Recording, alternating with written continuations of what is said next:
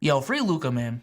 Free Luka. On your screen are the 10 players in NBA history who were able to accomplish 50 or more triple-doubles. And of course, some of these names are pretty obvious. Russell LeBron Westbrook. James, Magic Johnson, Oscar Robertson, Russell Westbrook. If you think a little bit harder, you'll come up with names like Jason Kidd, James Harden, and Larry Bird. You might be surprised that both Wilt Chamberlain and Nikola Jokic are on this list. But then there is one name left that I think many people will be surprised by, and that is Luka Doncic. Been dropping triple doubles all week. He already got 50. Yo, no. The greatest 52. I've ever seen. You see your little goat. Hey, that's their goat right there with the 105. Oh, 105. Yeah, 20 years. 20 years, really. 20 years, 105. Yeah, we're halfway there. And we just started. He's the greatest I've ever seen. Shout out to Russell Westbrook, though. Comment it. Shout out to Russ. Good shit. Rondo should be on here. But whatever. What happened, though? What happened? Nothing happened. Luka Doncic. Yes, at the tender age of 23 years old, Luka has reached statistical feats that is taking some players an entire career. I'm sorry. Tender is a crazy word. My bad, y'all. My bad. I'm a child. My bad, y'all. Tender was crazy. I ain't getting mad at it. To accomplish. And it doesn't just stop at triple doubles. So far this season, he's averaging nearly 33 points per game, which is the 5th most points that someone of his age or younger has averaged in NBA history. At the pace in which he's going, Doncic is more than likely going to finish top 15 all time in assists. And even though Luka has only participated in 28 playoff games, he still has the same amount of 40-point outings in the postseason as Carmelo Anthony, Paul Pierce, and Dr. J combined. And yet, with all of those amazing and historic statistical feats that are the perfect display of how dominant Luka could be at such a young age, it is still an unjarring truth that regardless of how amazing the 23-year-old phenom is, the way that he plays the game of basketball has a very clear and defined ceiling to it. And the sad part about it all is that I don't believe it's going to change anytime soon. And the reason why I say this is because the biggest detriment to Luka's greatness is the greatness of Luka. Hey, it's really me versus me out here. No cap. When your offense is your opposing defense and things of that nature, you feel me? Damn, Luka. Go ahead. My greatest enemy is the guy I see in the mirror. You see what I'm saying? Yo, my greatest enemy rolls up when I open Snapchat. No cap. Oh my shit. Yo, Snapchat is absurd. Hey, you see what I'm saying? Like right here. Yeah, that's my greatest enemy right there. No cap. Hey Luka, this is just a message worldwide. All of you, including Luka, delete Snapchat. What are we doing? The greatest enemy is Snapchat. That fucking snap scores the op. Fuck out of here. Rather perplexing and complex problem that not too many people have been able to solve yet. I like to call it the LeBron dilemma, where you have an individual who is so great at so many things offensively that it actually ends up hurting them because how difficult it is to construct a team around them. Most players in NBA history, even the ones that we consider all-time greats, have traceable flaws that may not prevent them from performing at high levels, but still are identifiable enough to aid the process of constructing a roster around them that complements their strengths and weaknesses. However, when it comes to Luka, at a very early age, he has quickly revealed an offensive game so well-rounded and polished that it actually makes it difficult to find teammates that would justify taking the ball out of his hands and marginalizing his impact while still yielding a result that is best beneficial for the team at large. If you need someone to attack the basket and finish at the rim, well, Luka might legitimately be the best option for that across the league. Converting roughly 73% of his shots at the basket to go along with the volume and the consistency on which Luka drives at the rim not only makes him the best guard finisher in the NBA, but that level of accuracy is on par with some lob finishing bigs. What about shot creation and tough shot making? The step back threes, the floaters, the one-legged fadeaways, and even when it comes to post play, this year Luka has been extremely aggressive on smaller guards, and the numbers back this up as well, as Luka is one of the more prolific ISO scorers in the NBA so far this season. And when you're that prolific as a scorer, driver, and shot creator, you naturally open up a lot of opportunities for playmaking. Oh my God. And Luka, already being an elite level passer, makes him unbelievable in that manner as well. So far this season, the 23-year-old is averaging more than 9 assists a game, a mark so high that only 3 players above him have higher assist averages. And with someone who also only turns the ball over 3.5 times per game, with the volume of scoring and passing that we see from Luka on a game-to-game basis, Oh my turnovers are God. actually very respectable as well. Now, this rare Someone help phenomenon of this the man, individual bro. being so well-rounded and diverse offensively has always existed in league history. However, in modern times, it has become much more commonplace due to the open-mindedness of a perimeter-oriented player being the focal point of an offense. That's a bad Actually, it's been so commonplace that the way that we even perceive basketball has changed dramatically over the past 2 decades. Shout out to Ben Taylor over at Thinking Basketball, because he's even coined and popularized the phrase heliocentric offense. Yes, and not only have these new sir. offensive schemes receive new names to help identify what we're witnessing, but also the level of praise that these players receive who are at the epicenter. Oh yeah, this motherfucker ain't winning anything. Like, oh my bad. Chip, Oh Hey, man. my bad. I ain't gonna lie. I mean, on one hand, it is a Luka video. I guess it's appropriate, but on the other, you did not need to do that, man. What did Bartholomew do? What did Trey do? Listen, nothing. I'm just, when we talk about realities. Listen, man, I'm a Celtics fan. Isaiah Thomas was my favorite player at the time, but hey, man, delusion has to stop at some point, man. Nah, fuck that. You did not just say he ain't gonna do nothing when we talk about reality. That's so crazy. That is so crazy. This offense is bordering cult-like because how impressive one has to be to really pull this off. And even though, yes, it is true, it is very impressive what these players are putting up on a night-to-night basis. Oh my God. I Oh my God. Because instead of seeing these players being the figurative sun that's in the middle of this heliocentric offense, what I see is young star players being stuck in the middle of a demonic cycle that is never ending. Welcome to NBA Hell. Now, the first stage of NBA Hell is the great player putting up great stats. We already talked about that in the beginning of the video and how Luka clearly fits the bill. Now, you know, I think every star, there's certain cases that kind of go against that, but a lot of stars that are drafted onto bad teams, listen, man, they understand it's going to take them a while to get some help. So the first 7 to 8 years, listen, rack up them numbers. Rack up them All-NBA teams. Get you those MVPs.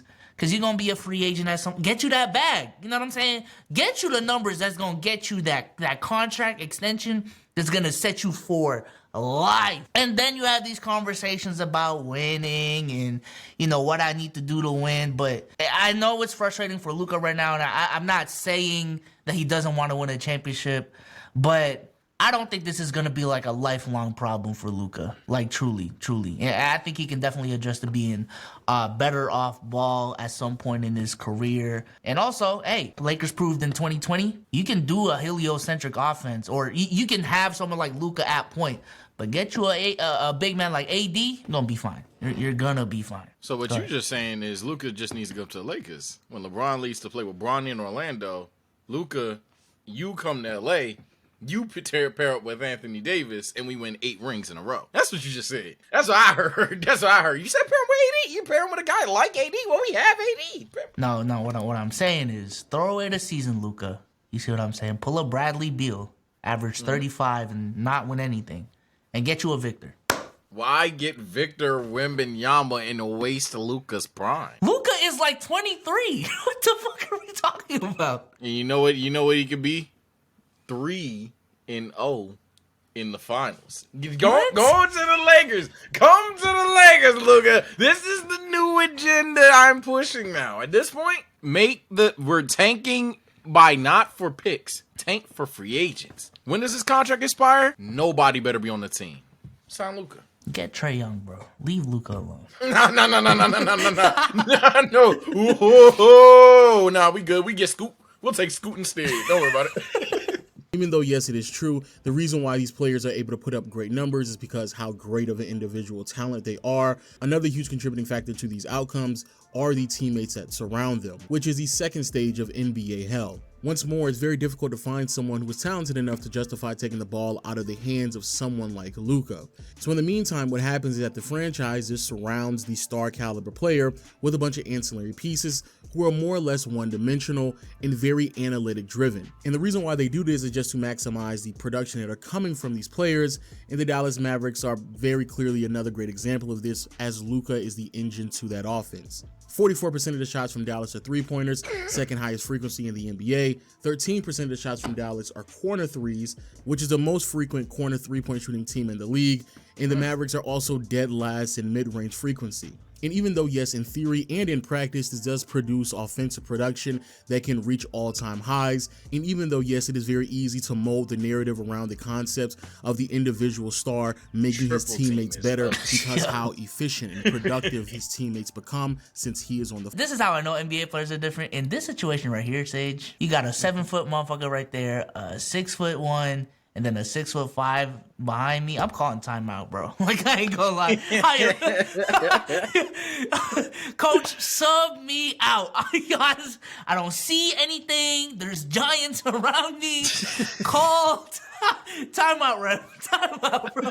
I swear to God, I'm thinking this is one situation in the rec. We triple team this kid. He goes like this. Coach, call it. I started crying, bro. It was a double team because I literally could not hold it, bro. I started Coach Colin is insane.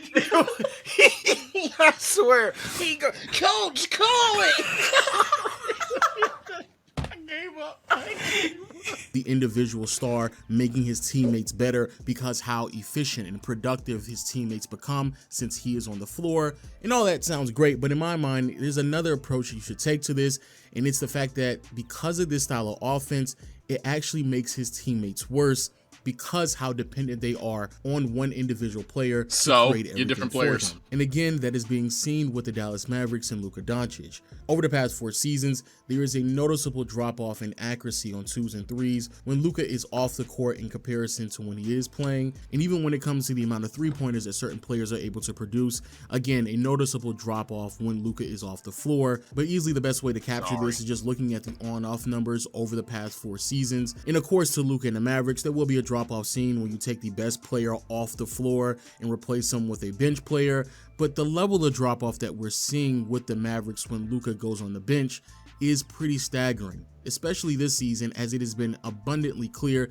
that the Mavericks are desperately missing Jalen Brunson. So on the surface, all of this sounds ideal. You have an individual who's extremely talented, who can handle an offense and impact it in various different ways and do it at a very high level. You surround that individual with supporting cast members whose shot selections are very analytic driven, and the reason for this is because you're trying to best maximize what lesser players can produce on the floor, and the result of all of this tends to be extremely efficient and productive offensive teams. But the true nuance behind this is that those supporting cast members, even though they're not that good to begin with, they turn out to be much worse because they're just overly dependent on one player generating and creating everything for them, so they never actually develop any other aspects of their games. And because of that very fine and important detail, it leads us to the next stage of NBA hell, and that is no championships. Throughout NBA history, there have been other players who have participated in this type of a scheme beyond. Yo, when was the last time Bron did that, brother? It's been a minute, bro. I don't even know if he still does it. Damn, that used to be signature. I don't watch Laker games no more. I'm retired. So, damn. When has Bron done that? Damn. I'm sad now.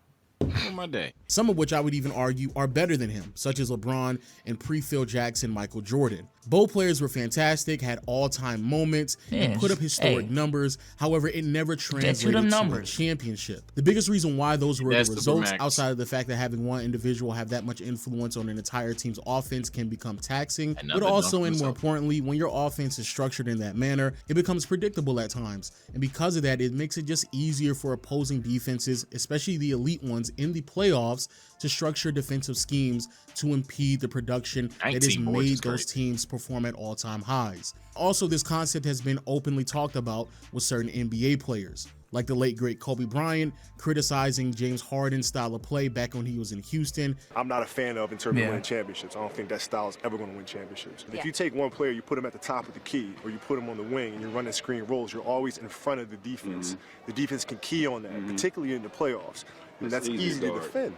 And then you have Sean Marion and Rajah Bell talk about the predictability in the offense that they participated in that led to them never winning a championship. What stopped us from ultimately getting over that hump in Matrix's estimation, in hindsight? I think adjustments, man. I think, like that's the difference. You know what I'm saying? When you got one guy who gets the ball and he gets to dictate what's going on, who gets it and all that stuff, no wonder everybody said we was predictable. San Antonio was the first thing that come up their mouth. When you go back and look at the stuff, so a lot Nash of the coaches the and everybody be like, oh, we knew we were going to beat y'all in the playoff series. Y'all predictable. So if teams are able to predict and stop players such as James Harden and Steve Nash on teams that are much more talented than this Dallas Mavericks unit, then there's just no way that anyone can convince me that Luka is going to win a championship anytime soon. And as we all know, but that's fine, a player as great as Luka Doncic, who isn't able to win championships, what quickly follows behind that is criticism, which is our final stage. Look, we already know how this goes.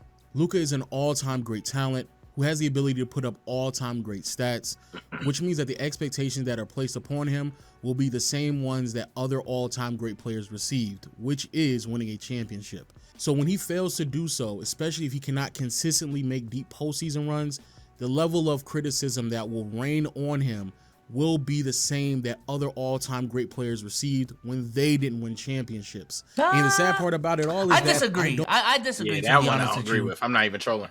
Yeah, because at this point, and this is what I'll give NBA YouTube and NBA Twitter its credit, like we have definitely gotten way more forgiving when it comes to people and players in bad situations and attributing that to as to why they haven't been winning shit. Maybe in 2008 and 2009, in retrospect, the fact that we were that hard on LeBron is insane, but it's because of the platforms that we have on YouTube and these other platforms that now we can have discussions about, yo, this motherfucker does not have help. Why are we holding him to the same standards as Kobe when he had Shaq and you know, a damn near arguable super team and one of the greatest head coaches of all time and shit like that? I definitely disagree, especially now with advanced analytics. Like another example would be Kevin Garnett. Like I remember back, you know, just even before YouTube was really big, NBA YouTube was really big, the conversation was, hey, KG was great, but the rings, man, the rings. But now you can make a definitive argument, like a really, really good argument because of advanced analytics and adding proper context. And it's an argument that you can really, really stick to, that he's top 15 all time. I can't really go against that with all the evidence out there. Yeah, it's like the anime AVs and the young boy AV people do exist. They definitely are going to come out there and tell you, yo, Luka's a loser, all that stuff. That happens. Nobody's saying that doesn't happen. But I think when we get to the level of mature NBA conversation, wow, coming from TSOSH, mature NBA conversation, or if anything, just the overall popularity is, yo, free Luka. Like we were saying, free Dame and free Beal and stuff until they put themselves back in the situation time and time again. That's where the conversation is now. Are you doing it to yourself? But if a guy like LeBron had come into the league, or Victor comes into the league, I should say, and the Thunder suck, because I think the Thunder probably gonna get him. If the Thunder just suck for some unknown reason, nobody's gonna be like, "Oh, Victor, man, you're averaging like 48 points, but you ain't got no ring." Like, no, nobody's gonna do that now. But back in the day, they used to it. I'll give y'all credit where it's due. We definitely have, if anything, too damn nice to players. But if we no longer are doing the empty stats, he's just a loser that can't do anything when it comes to winning until you've been in the league for a quite long time, like a Chris Paul, for example. Which even then, most of the time, is still unjustified. And you had multiple chances to like better your situation, because at some point it's like, bro, this is like the third extension. Come on, bro. Come on. I'm just like, it's fine if you want to stay, but I'm looking at you like, all right, stop complaining about losing that. Like, I ain't gonna lie, you could have went somewhere else. Yeah, they got on me when I used to dunk on Dame. My whole thing about that was, yo, stop signing the paper and then pouting on the sideline. You can sign the paper, get paid. Don't pout them, bro. That's it. That's that. Don't believe that he deserves it. I do believe that it is unfair, but I know for a fact that it is coming. But here's where things get worse, and this is why I say When you're stuck in NBA hell, you are in an endless cycle. When Luka starts to receive that harsh and relentless criticism that will come to him, the only way that people are going to be able to defend him and justify putting his name in conversations with other all-time greats is by using those exact same great numbers that started off this endless cycle to begin with. Now, I'll say and I know that's this true. would be the case because the NBA media did this to LeBron for basically 2 decades. LeBron would go out there and put up all-time great numbers while sharing a roster with bad teammates that never resulted in a championship, and because of that, it would lead to criticism, but then his defenders would then use the numbers that he posted up to prove that he really is that great of a player. So I already know what's going to happen to Luka, and again, I believe it's unfair. And it's not because I don't understand nor follow the logic, because I do. It's just because I believe the way that we assess all-time great players shouldn't be heavily dependent on what they do statistically. Going back to great players in the heliocentric offense like LeBron and MJ, both of them put up great numbers, I don't know. but I don't made know. sacrifices and Stats is a adjustments to pretty their big games thing. when it was time to win championships because of the systems that they had to adapt to. So I hope the same thing happens to Luka sooner than later. Even though it is great to see historic, and I will be buying a ticket to watch Luka live because I have to witness what is happening right now. However, I don't need to see 2 or 3 seasons of this Luka triple team averaging again, 30 bro. points Goddamn. and 8 or 9 assists My man, look for at me to that. know that he is an all-time great offensive Go player. guard Tim Hardaway, It's bro. already understood. What would be more valuable to me is if the young phenom is able to flourish in an infrastructure that takes the ball out of his hands, that lends itself to a level of success that results in multiple championships. Hey, that's all fine and dandy. But me personally, hey, give me 3 to 4 more years of Luka trying to solo squad. Because if he can't pull, because that's the thing when it comes to these all-time conversations, you need to find ways to really separate yourself from the rest of the crowd. So when LeBron won in 2016 3-1, that 3-1 comeback, that's something that he can like definitively say, yo, MJ, you did not do this, right? And Luka has already gotten to the Western Conference Finals. If he can somehow, some way pull a solo squad before age 27, we're not joking. But like the conversation of Luka Doncic being in the GOAT conversation, now we're gonna have a conversation if Luka can straight up do something that we literally, was talking about in this video LeBron and MJ couldn't do. Like give him that opportunity, bro. Cause I listen, man, with the West this year. Listen. Just get in the playoffs. I'm telling you right now. Spencer Dinwiddie, stay healthy. Christian Wood, become a little bit more like AD, but just stay healthy. Listen, man, the Mavs can still make some noise. I'm telling you right now. Man, let him cook, yo. Y'all think I'm insufferable, whatever the word is. Y'all think I'm annoying right now and troll too much right now? You better not let Luka actually go through Steph Curry, son LeBron in the first round, and take out like the Suns or something. Oh, hell nah. And then he go on to win the chip against one of them teams in green or the Heat. Oh, God. Oh, God, Or the Nets. Hey, listen. If Luka dogs Kevin Wayne, nah. We gonna have a conversation, man. We're gonna live stream. We're gonna live stream on this channel, bro. Hell nah, bro. If Luka Doncic wins this finals, let alone against the Nets, we will stream for the first time ever. We will do it. I swear. The first thing I will do before we intro, before we hype, before any was good chats, Luka's the GOAT, debate me will be the first thing I say. And I even try to get y'all in the Discord, and I will debate you until time stops. Because that will be the greatest player I've ever seen in my life. No troll. 0%. I'm already like 1% trolling. It'll be a 0. It'll be a fat 0. We get it done, man. Fuck out of here. Listen, man, free Luka, but not yet. We'll catch you on the next one, man. Peace out. Keep them shackles on. Peace.